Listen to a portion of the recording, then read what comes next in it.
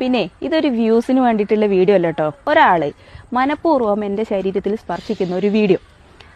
അതൊരു ആക്സിഡൻ്റ് അല്ല, ഒരു മിസ്അണ്ടർസ്റ്റാൻഡിങ്ങും ಅಲ್ಲ. ಇದು ಮೇಜರ್ ಸೈಕಾಲಜಿಕಲ್ ಇಶ್ಯೂಮ್, ಸೆಕ್ಷುವಲ್ ಬೌಂಡರಿ ವೈಲೇಷನು ആണ്. ಕೇರಳ ಇನ್ಸಿಡೆಂಟ್ ಬಗ್ಗೆ ಮಾತಾಡಬೇಕು ಅಂತ 2-3 ದಿನದಿಂದ ವೆಯ್ಟ್ ಮಾಡ್ತಾ ಇದ್ದೆ. ಬಿಕಾಸ್ ಒಬ್ಬ ಹುಡುಗಿ ಮೇಲೆ ಆಗಲಿ ಒಬ್ಬ ಹುಡುಗನ ಮೇಲೆ ಆಗಲಿ ಅಲಿಗೇಷನ್ ಆಗೋದು ತುಂಬಾ easy. But without proper documentation ಆಗಲಿ, ವಿತೌಟ್ ಪ್ರಾಪರ್ ಪ್ರೂಫ್ಸ್ ಆಗಲಿ, ಅದೊಂದು ತುಂಬಾ ಕೆಟ್ಟ ಗುಣ ಅಂತ ಹೇಳ್ತೀನಿ. ಬಿಕಾಸ್ ಆ ಹುಡುಗಿ ಈಗ ಪೊಲೀಸ್ ಅವರು ಅರೆಸ್ಟ್ ಮಾಡಿದ್ಮೇಲೆ ದೆ ಗೆಟ್ ಟು ನೋ ಒಂದು 7-8 ವಿಡಿಯೋ ಇತ್ತು. ಅಂಡ್ ನಾವು ನೋಡಿರೋ ಪ್ರಕಾರ ಆ ವಿಡಿಯೋದಲ್ಲಿ ಕೂಡ ಅವರು ಕಂಪ್ಲೀಟ್ ವಿಡಿಯೋ ಹಾಕಿಲ್ಲ, ಕಟ್ ಮಾಡಿ ಹಾಕಿದ್ದಾರೆ. ಅಂಡ್ ಆ ಹುಡುಗನ ಬಗ್ಗೆ ಮಾತಾಡಬೇಕು ಅಂತ ಹೇಳಿದ್ರೆ, ಫ್ರೆಂಡ್ಸ್ಗೆ ಎಷ್ಟೇ ಹೇಳಿದ್ರು ಕೂಡ ಯಾರು ಕೇಳಿಲ್ಲ. ಇಫ್ ಇನ್ ಕೇಸ್ ಆ ಫ್ರೆಂಡ್ಸ್ ಜೋನಲ್ಲಿ ಯಾರಾದರೂ ಒಬ್ರು ಇಬ್ರು ಅವನ ಪರವಾಗಿ ನಿಂತ್ಕೊಂಡಿದ್ದಿದ್ರೆ ಇವತ್ತು ಅವ್ರು ನಮ್ಮ ಜೊತೆ ಇರ್ತಾ ಇದ್ರು. ಬಟ್ ಆ ಮೂಮೆಂಟಲ್ಲಿ ಜಸ್ಟ್ ಇಮ್ಯಾಜಿನ್ ಮಾಡ್ಕೊಳ್ಳಿ, ನಾವು ತುಂಬಾ ಇಷ್ಟಪಡೋ ಫ್ರೆಂಡ್ಸೇ ನಂಬ್ತಾ ಇಲ್ಲ ಅಂತ ಹೇಳಿದಾಗ ಆ ಮನುಷ್ಯನ ಸ್ಟೇಟ್ ಆಫ್ ಮೈಂಡ್ ಯಾವ ರೇಂಜ್ಗೆ ಹೋಗಿರುತ್ತೆ ಅಂತ ಜಸ್ಟ್ ನಿಮ್ಮ ಊಹೆಗೆ ಬಿಟ್ಬಿಡ್ತಾ ಇದ್ದೀನಿ. ಅಂಡ್ ಆ ಹುಡುಗಿ ಬಗ್ಗೆ ಮಾತಾಡಬೇಕು ಅಂತ ಹೇಳಿದ್ರೆ, ಶಿ ಇಸ್ ಎ ಇನ್ಫ್ಲೂಯೆನ್ಸರ್. ಅಷ್ಟು ದೊಡ್ಡ ಇನ್ಫ್ಲೂಯೆನ್ಸರ್ ಏನಿಲ್ಲ, ಆಲ್ಮೋಸ್ಟ್ ಒಂದು 10-15 ಸಾವಿರ ಫಾಲೋವರ್ಸ್ ಇದ್ರು.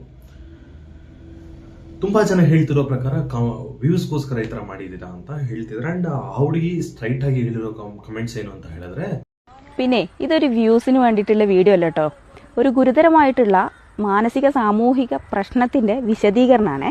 ഇന്നലെ ഞാനൊരു പബ്ലിക് ബസ്സിൽ നിന്നുള്ളൊരു വീഡിയോ ഷെയർ ചെയ്ത്. എന്താണെന്ന് വെച്ച് കഴിഞ്ഞാൽ ഒരാള് മനഃപൂർവ്വം എൻ്റെ ശരീരത്തിൽ സ്പർശിക്കുന്ന ഒരു വീഡിയോ.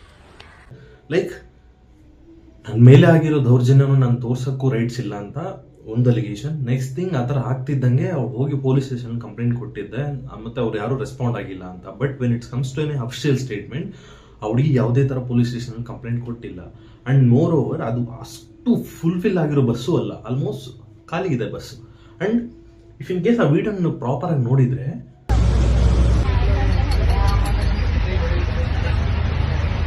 ಆ ಹುಡುಗ ಸೇಮ್ ಪೊಸಿಷನ್ ಅಲ್ಲಿ ಇದ್ದಾರೆ. ಬಟ್ ಆ ಹುಡುಗಿ ಪ್ರೀವಿಯಸ್ ವಿಡಿಯೋದಲ್ಲಿ ಆಲ್ಮೋಸ್ಟ್ ತುಂಬಾ ಗ್ಯಾಪ್ ಇರುತ್ತೆ. ಬಟ್ ನೆಕ್ಸ್ಟ್ ಕಟ್ಟಲ್ಲಿ ಅವರೇ ಈ ತರ ಹೋಗಿರ್ತಾರೆ.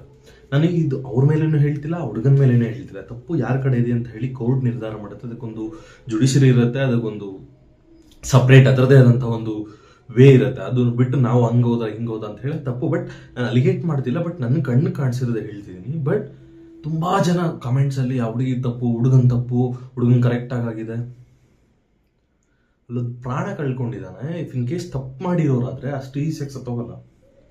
ಸೊಸೈಟಿಗೆ ತುಂಬಾ ರೆಸ್ಪೆಕ್ಟ್ ಕೊಡೋರು ಅಂಡ್ ಸೋಕಾಲ್ಡ್ ಜನರ ಮಾತಿಗೆ ತುಂಬಾ ಬೆಲೆ ಕೊಡೋರು ಮಾತ್ರ ಈ ತರ ಮಾಡ್ಕೊಳ್ಳೋಕೆ ಸಾಧ್ಯ. ಅಂಡ್ ಮೋರ್ ಓವರ್ ಇನ್ನೇನು ಒಂದು 2-3 ದಿನದಲ್ಲಿ ಕೋರ್ಟ್ ಕಡೆಯಿಂದ ಒಂದು ಪ್ರಾಪರ್ ಆಗಿರುವಂತಹ ಆರ್ಡರ್ಸ್ ಬರುತ್ತೆ. ಅಂಡ್ ಅವ್ರಿಗಿನ ಅರೆಸ್ಟ್ ಮಾಡಿ ಆಲ್ಮೋಸ್ಟ್ 2-3 ಡೇಸ್ ಆಗಿದೆ, ಜುಡಿಷಿಯಲ್ಲೇ ಇದ್ದಾರೆ. ಹೋಪ್ ಇದ್ರ ಬಗ್ಗೆ ಆದಷ್ಟು ಬೇಗ ಬರುತ್ತೆ. ಅಂಡ್ ಮೋರ್ ಓವರ್ ಈ ತರ ಮಾಡೋಕ್ಕಿಂತ ಮುಂಚೆ ಈ ವಿಡಿಯೋ ಮಾಡ್ಕೊಂಡಿದ್ಯಾ, completely fine. Police station complaint ಕೊಟ್ಟಿದ್ರೆ ನಡೀತಿತ್ತಲ್ವಾ?